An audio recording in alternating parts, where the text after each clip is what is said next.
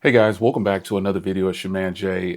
This is the Samsung Galaxy S25 Edge, and I got this phone at launch, and there's so much to like about this phone. I wonder if people who have this phone are a little worried that the iPhone Air is coming. Well, I personally don't think so. I don't think Samsung is shaking in their boots at all for the iPhone Air. But the iPhone Air will give it some competition. Finally, in the US, we've got some more slim phones from the major brands. Just waiting on Google to drop theirs at some point next year, hopefully later this year. I don't know. But point is, this is the S25 Edge. And we're following up today, kind of talking about it before I get my iPhone Air. After recording this video, the iPhone Air has been pre-ordered.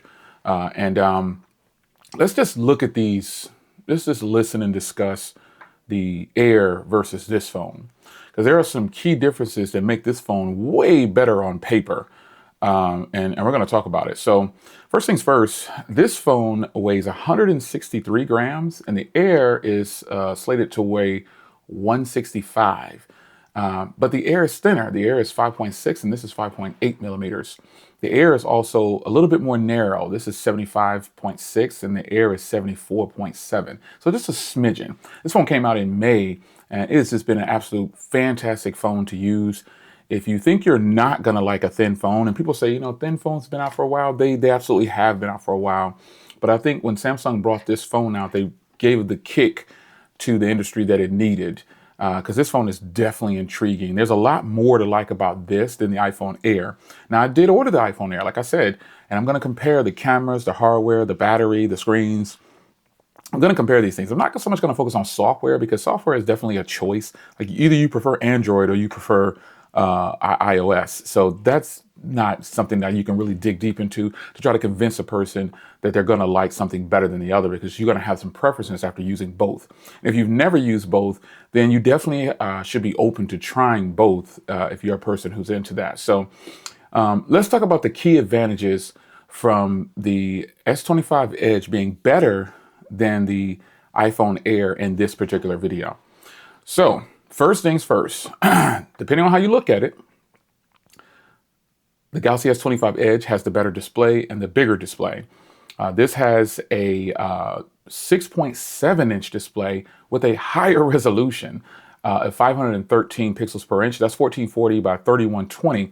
And they have the same aspect ratio, 19.5 by 9. So it's just a matter of if you want a bigger display, then you're going to go with this phone.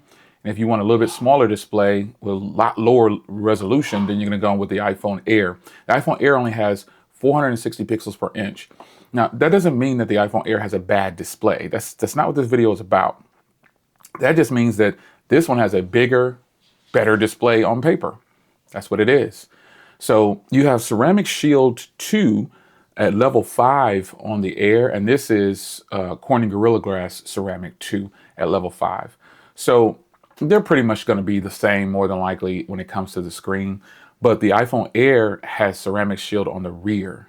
Yeah, so that might be something. So again, depending on if you want a big display, a bigger display, you're going to go with this phone. And if you want a little bit more compact display, I mean, just by a little bit, they're not really, you probably won't be able to tell too much. But, you know, that's going to be something that you need to look at. Now, the display brightness probably would go to the Air because it has 3000 peak brightness. But I don't know. I have to get them in hand and check them out for myself. Possibly. So let's get down to, now they both have, now Apple's chip is a 3nm chip. It is the Apple A19 Pro. This phone has a Snapdragon 8 Elite, and it is a 3nm chip as well. So I'm not going to get into which is going to be more powerful, because personally, I feel like the iPhone is going to blow this thing out of the water when it comes to power. Apple's chips are just simply amazing, and other things just can't keep up.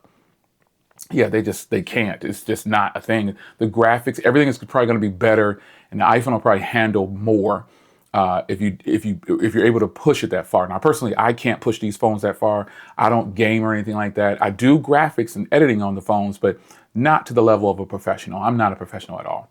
So another head nod to Apple, that is because it has a 12 gig, 256 gig version, and they both have a 12 gig, 256 and 512 gig, but the iPhone Air has a 1 terabyte version. So that's kind of a head nod. Now, there was something funny that Samsung put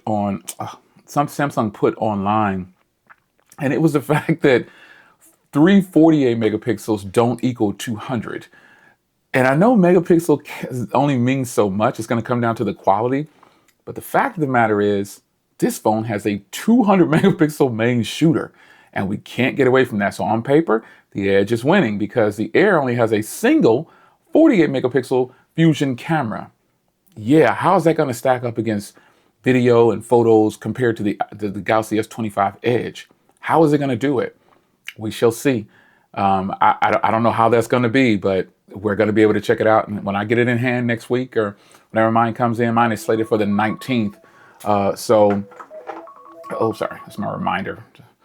Mine is slated for the 19th, so I'm really hopeful that that I get it in and we're set. So, and I can really start to dig into both phones. But as of now, this phone is definitely winning on paper. Now, this phone wins again for this alone right here. It does 8K recording. The iPhone cannot. The iPhone Air cannot. And that, this goes to show that Samsung has definitely put a lot into this phone.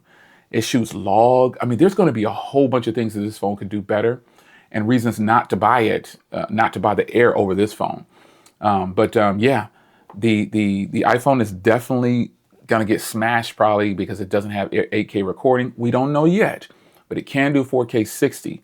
Now, the front camera on here is where I think the iPhone is really going to kill this phone because it has an upgraded 18 megapixel camera and you can do all aspect ratios. That is going to be huge. The front camera on the iPhone can do Dolby HDR. It can do everything that the rear camera can do. 3D spatial, audio, stereo recording, everything. And I think that's where it might really kick the butt of this phone right here. Now, an area where Apple will lose or doesn't even have the feature, which is portrait video. This phone has 1080p 30 or 4K 30 portrait video, which will be cinematic video, and also is an HDR. So this is it's just mind-boggling that the Apple iPhone Air has the Pro chip and does not do cinematic video. But we know why, because it only has a single lens. It has a single lens, folks, and you can't do a lot of things with a single lens. Apple can sell it to you saying it's got two lenses in one. They can sell it to you all the way they want to, but in fact, it cannot do a lot of things that the other phones can do within Apple's ecosystem. If you haven't seen my other video, I pointed it out already. There's things that the iPhone 17 can do because it has two lenses that the iPhone Air can't. And the iPhone Air is their entry-level pro phone, but it has a single lens, and so it cannot do cinematic video, which is a huge bummer to me. Huge bummer, because I like cinematic video, portrait video. I do a lot of portrait video. Now, some advantages go to Apple for this. Bluetooth 6.0. Yeah. Now, they both have Wi-Fi 7. You can see I'm up here. Let me see if I can get that to show you that. See that? Wi-Fi 7. The iPhone has Wi-Fi 7 as well. All the iPhones have Wi-Fi 7 now.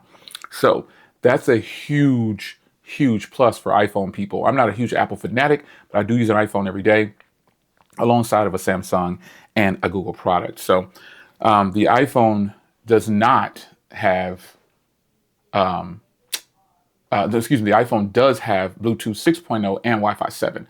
Now, I was going to say, I was looking at what it doesn't do. Now, an area that some people are already saying, oh my God, I'm not getting it because it only has one speaker.